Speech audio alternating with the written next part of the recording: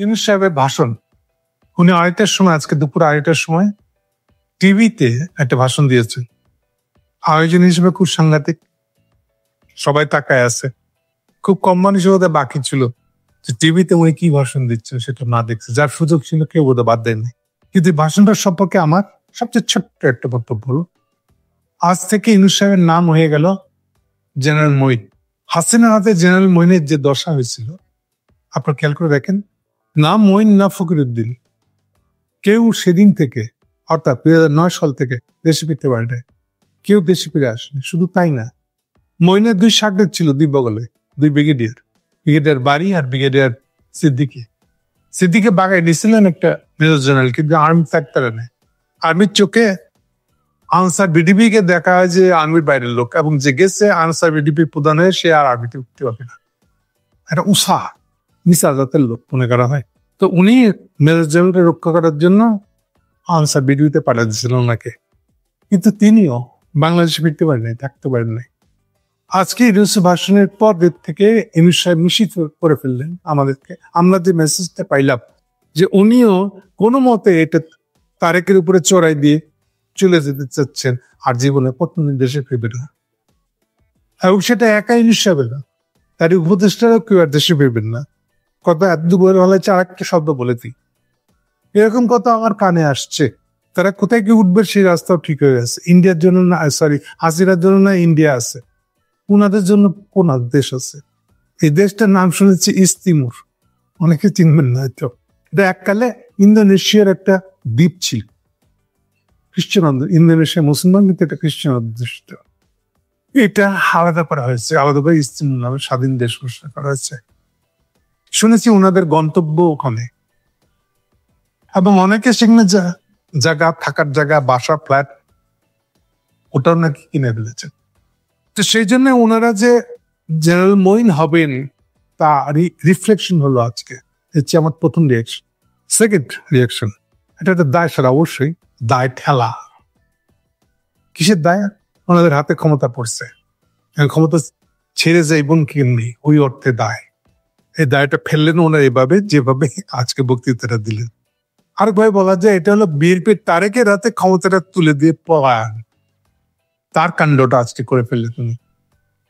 এবং এটা এত স্টুপিড কাজ, একটা এটা বোকা কারকট কাজ। দেখেন, মানুষ একটা জায়গায় বোকা হইতে চায় না। ওই যদি দেখে এখানে আমার মৃত্যু হয়ে যাবে, মরার চান্স আছে, ওই জায়গায় মানুষ বোকা হয় না। তার যদি মৃত্যু না হয় এটা নিশ্চিত করে সে কাজ করে। তো এই বক্তৃতা আজকে এমনই গাধার বক্তৃতা, এমন স্টুপিড বক্তৃতা যে উনি যে ফাঁসি দড়িতে লটকাই দিতেছেন এটা উনি খেয়াল করছেন না। নিজের স্বার্থ দেখার জায়গায় উনি নাই। উনি নিজেকে নিজের একটা অস্বাভাবিক মৃত্যুর যেন ঘটে সেটা টেনে আনছেন, নিশ্চিত করে দিয়ে গেছেন আজকের বক্তৃতা দিয়ে। উনি এমনই বেপরোয়া, এমনই ডেসপারেটলি উনি তৃতীয় দেশে আশ্রয় খুঁজতেছেন কোনো মতে একটা ফালাই তুইয়া, যেভাবে ফালাই যাইতেছেন তাতে যে উনি যাওয়ার আগেই ফাঁসি দড়িতে লটকে যান, এইটাও খেয়াল নাই ওনার। শুধু উনি না, উনি এবং ওনার উপদেষ্টারা, ওই যে যেগুলো বিশেষ সহকারী যোগ দিয়েছে এগুলাও কেউ আর যাবে না। কিন্তু কেন এই কথা বলছে সে জায়গায় যাবো এখন। যেমন দেখেন, প্রথমে যদি জিজ্ঞেস করেন উনি গণভোটের অপশন রাখছেন, সবাই মনে হচ্ছে এটা বেশি গুরুত্বপূর্ণ, যেহেতু উনি গণভোট আর ইলেকশন একসাথে করতে চাইছেন। এটা দিয়ে মনে হচ্ছে যে উনি বিএনপি পক্ষে চলে গেছে। না, গেছেন না গেছেন কিছু একটা হয়েছে। প্রথম যে কথাটা হলো, গণভোটের অপশনটাই আবার রাখছেন কেন? এটা তো উনার কি লাভ হয়েছে, দেশের কি লাভ হয়েছে? না এতে না উনার কোনো লাভ হয়েছে, না দেশের কোনো লাভ হয়েছে, না কনস্টিটিউশনের কোনো জিনিসই লাভ হয়েছে। গণভোটটা করে কেন, মানে দরকার পড়ছিল কেন? What is the idea? গণভোটের আইডিয়াটা কেন? এর প্রয়োজনটা কি?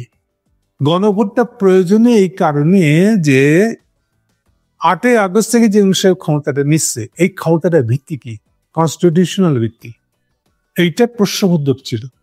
উনি বক্তৃতা আবার বলে ফেলছেন কিন্তু আমার উৎস গণভোটটা।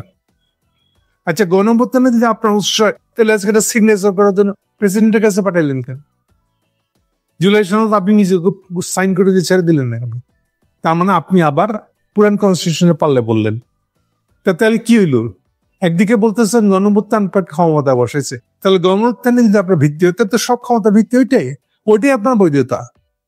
আপনি সেটাও আঁকে ধরলেন না, আপনি চুপ্পুকে দিয়ে সাইন করালেন। কি হলো এটা? আপনি অলওয়েজ চেষ্টা করেছেন আজকের এই কাণ্ডটা দিয়ে খুশি করতে। কাকে? তারেককে খুশি করতে। কি করলে তারেককে খুশি হয়? আর তারেককে খুশি করতে গিয়ে আর কেউ যাতে বেজার না হয়, তাকে যত কম পারা যায় বেজার করা। সবটা বেজার আপনি ঠেকাইতে পারেন নাই। এবং এত বেপরোয়া এটা যে এতে আপনি নিজে ফাঁসির দড়িতে গলায় টেনে নিচ্ছেন, এটা হোশ নেই আপনার। Anyway, কিন্তু আপনি গণভোট আয়োজন করছেন কেন? এই প্রশ্নটা তুলছি কেন? উনি যা করেছেন তাতে গণভোটটা না করলেও ওনার কিছু যায় আসতো যেত না। গণভোট না থাকলেও উনি যা করছেন গণভোট দিয়ে উনি তাই করছেন। যেমন গণভোট নিজে কি কোনো হিসাবের ক্ষমতাতে বৈধতার সমস্যা আছে, এটাতে কি কোনো হেল্প করছে তাকে? উত্তর যে না। উনি এই অর্থে গণভোট চালু করেন, মানে গণভোটটা দেওয়ার ব্যবস্থা করছেন। সেটা ইলেকশনের সাথে দেখ আর আগে দেখ, উনি দিয়েছেন ইলেকশনের সাথে, কিন্তু ইলেকশনের সাথে দিয়েও এইটা ওনার ক্ষমতাকে বৈধ করা, ওনার ক্ষমতার বৈধতাকে এখতিয়ারকে নিশ্চিত করার জন্য গণভোটটাকে উনি কোনো ভরসা করছেন না। ভরসা করে এই অর্থে গণভোটটা দেন না। এমনি সেটা বুঝলাম কি করে? এইটা প্রয়োগ বোঝা গেল যেভাবে গণভোটটা দিচ্ছে উনি জুলাই সনদটা মানেন কিনা। আচ্ছা, কি আশ্চর্য! জুলাই সনদ তো ওখান থেকেও মানা হবে না, উনি যা বলছে। এই থেকে দেখে মনে হচ্ছে গণভোটে দিয়েছে, কিন্তু না। গণভোটে দিলেও আর না দিলেও দুটোই সমান। কেন? কারণ উনি নিজেই আবার বলতেছেন জুলাই সনদ যা গণভোটে যা যা কিছু হবে এই সব কিছু আবার এই বিএনপি যেতে চাইছিল ওইটা আবার নতুন নির্বাচিত সংসদ দেখে পাশ করাইতে হবে। এবার বুঝছেন আমার কথা? অর্থাৎ গণভোটে কিছু করেন না করেন, সকল জুলাই সনদে কিছু লেখা থাক আর না থাক, এগুলো কোনোটাই এখতিয়ার নাই, কোনোটাই বৈধ হবে না যদি না এটাকে পরবর্তী সংসদ, এই যে পরবর্তী যে হবু সংসদ আসতেছে ওই সংসদ এটাকে পাশ করবে, তাইলেই বৈধ হবে। এই নিয়মটা, এই কায়দাটা উনি বিশ্বাস করছেন। উনি বিশ্বাস করেন নাই যে গণভোট দিয়ে কোন একটা জিনিসের যদি সম্মতি আদায় করা যায় তাহলে এটা সেলফ কনস্টিটিউশনের পার্ট, এটা নিজেই কনস্টিটিউশনের পার্ট হয়ে যায়, এটা তিনি বিশ্বাস করেন না। ফলে এরকম কোনো কিছু নিয়ম তিনি রাখেন না। ফলে এই জন্য প্রশ্ন করতেছে যে গণভোটটা দিলেন কেন? তাহলে সবই যদি পরবর্তী সংসদে পাশ হওয়ার পরে বৈধ হয়, তো তাহলে গণভোট শব্দ উচ্চারণের দরকার কি? বলতেন এটা জুলাই সনদ হয়েছে, জুলাই সনদটা পরবর্তী সংসদে পাশ হবে। ওই যে উনি যেভাবে বলছেন পরের সংসদে 6 মাসে বলতে পাশ হইতে হবে, হ্যাঁ এগুলো সবই বলেন, কিন্তু এগুলো কোনো কিছু দিয়ে ঠেকবে না। সবকিছুই তার মানে ফাইনালাইজড হবে, ফাইনাল সে শেষ বক্তব্যটা বলার ক্ষমতা দিয়ে দিয়েছেন উনি পার্লামেন্টকে। ধরে নিচ্ছেন যে হবু পার্লামেন্টটা হবে বিএনপি সংখ্যাগরিষ্ঠতায়, এবং সেই হবু সংসদের পার্লামেন্টটাই, এবং আরো মানে কি বলবো এটাকে, গাদা বলে শুনতে খারাপ লাগে, স্টুপিড বলে ইংরেজিতে ভালো লাগবে। এটা হলো আলী রিয়াজের স্টুপিডিটি। আলী রিয়াজে বিশ্বাস করেছেন যে কনস্টিটিউশনে কোনো কিছু বৈধ করার, কনস্টিটিউশনালাইজ করে ফেলার একটা মাত্র উৎস হচ্ছে এটাকে সংসদে পাস। বেশি বুদ্ধিমান তো, কমিউনিস্ট তো, এবং ওর যতগুলা নিয়ে কনস্টিটিউশনাল সংস্কার কমিটি বানিয়েছিলেন, না ঐক্যমত কমিশনের কথা বলছি না, কনস্টিটিউশনাল সংস্কার কমিটি, ওর ভিতরে অর্ধেকেরও বেশি 60%-এরও বেশি বোধহয় কমিউনিস্ট ব্যাকগ্রাউন্ড, তাদের কমিউনিস্ট। আমি বারবার বলছি যে কমিউনিস্টদের কনস্টিটিউশন সম্পর্কে কোনো ধারণা নাই। কার্ল মার্কস কনস্টিটিউশনের ক্ষমতায় বিশ্বাস করতেন না, কিন্তু সৈনিক ক্ষমতায় বিশ্বাস করেন। একজনকে মারবে, ওটি তো হাসিনার ভাষায় আয়নাঘর। আয়নাঘর বৈধ কার্ল মার্কসের চোখে, শুনতে খারাপ লাগবে কিন্তু এটি আসলে কার্ল মার্কস। এটি শ্রেণী রাজনীতি, এটি শ্রেণী রাষ্ট্র। এক শ্রেণী আরেক শ্রেণীর বিরুদ্ধে এইভাবে আয়নাঘরে রাখবে, গুণ খুম অপরাশ করতে পারবে। এটা কার্ল মার্কসের বিশ্বাস, কার্ল মার্কসের রাষ্ট্র ধারণা এটাই। ফলে ওখানে কনস্টিটিউশনে কি লেখা আছে কিচ্ছু যায় আসে না, বিশেষ কাগজ মাত্র। তাহলে এই যে কনস্টিটিউশন কার্ল মার্কসের কাছে কিছু না, ফলে ওই কমিউনিস্টরা অর্ধেক 60% মেম্বার হলো কমিউনিস্ট, ও কি বুঝবে? তো ওরা সবাই মিলে ধরে নিচ্ছে যে ইভেন এখনো তো সালাউদ্দিন বা এই যে ম্যান্ডেট খসরু বলে বেড়াইতেছে সংসদই সব ঠিক করে দিবে, সংসদেই পাশ করে দিবে, যেটা ওইটা কনস্টিটিউশন অংশ হয়ে যাবে। কোনো কনস্টিটিউশনাল অ্যাসেম্বলি দেওয়া হয়েছে কি হয় না, ইভেন কনস্টিটিউশনাল পাওয়ার দেওয়া হয়েছে কিনা এইটারও কোনো দরকার নাই। এটা বিশেষ করে ম্যান্ডেট খসরু আর সালাউদ্দিন দুজনেই তাই বিশেষ করে। তারেকা বিশ্বাস করে, কিন্তু তারেকা এই বিষয়ে কথা বলে নাই কখনো, এদেরকে দিয়ে বলেছে। ফলে কনস্টিটিউশনে কি লেখা থাকলো না থাকলো সেটা কিছু ব্যাপার না। সংসদ সংখ্যাগরিষ্ঠরা যা লিখে দিবে কনস্টিটিউশন নতুন করে তাই বৈধ। এটা হচ্ছে কনস্টিটিউশন সম্পর্কে এই দুই বা বিএনপির সাধারণভাবে বিএনপির নেতাদের সর্বোচ্চ নেতাদের ধারণা হলো এটা, যে কনস্টিটিউশনকে সংসদের যারা সংখ্যাগরিষ্ঠ তারা সংখ্যাগরিষ্ঠ ভোটে যা লিখে দিবে, যা প্রস্তাব পাশ করবে ওটা কনস্টিটিউশন। এটা হচ্ছে তার ধারণা। তাহলে এটার সঙ্গে এবার কনফ্লিক্ট হলো আসলে আলিরিয়াস কমিউনিস্টদের। তারা মনে করছে না না এটা হবে না, তাহলে বিএনপি একটু সুবিধা দিতে হয়, অল্টারনেটিভ দিতে হয়। আমি খসরু বা সালাউদ্দিনদেরকে একটা অল্টারনেটিভ দিতে হবে। ওরাই সেই জন্য যেচে বলে দিছে যে নতুন যে সংসদটা, এই যে সকল ফেব্রুয়ারি ইলেকশন, এখন ইলেকশন, এই ফেব্রুয়ারি ইলেকশনে যে সংসদটা হবে, এই সংসদটা প্রথম 6 মাস না, এবার বললে উল্টা বুঝবে মানুষ, প্রথম 180 ওয়ার্কিং ডে মানে 180 দিন প্রথম, এবার বললে ভুল হবে, প্রথম 100 দিন এর কনস্টিটিউশনাল পাওয়ার থাকবে।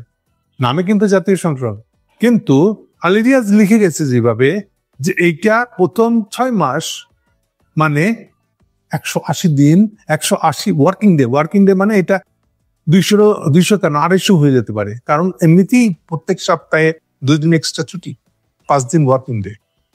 তাহলে 5 দিন, সপ্তাহকে 5 দিন ধরা হবে। এইভাবে ধরে 180 দিন যখন ক্রস করবে, তার ভিতরে একদিন পর্যন্ত কনস্টিটিউশনাল পাওয়ার থাকবে ওই সংখ্যাগরিষ্ঠ দলে। ফলে অতদিন পর্যন্ত এই সংসদটা একই সাথে কনস্টিটিউয়েন্ট অ্যাসেম্বলি হিসেবে কাজ করবে, এই পাওয়ার ওদের থাকবে। এই ক্ষমতাটাই ইনসাইড দিলেন আজকে।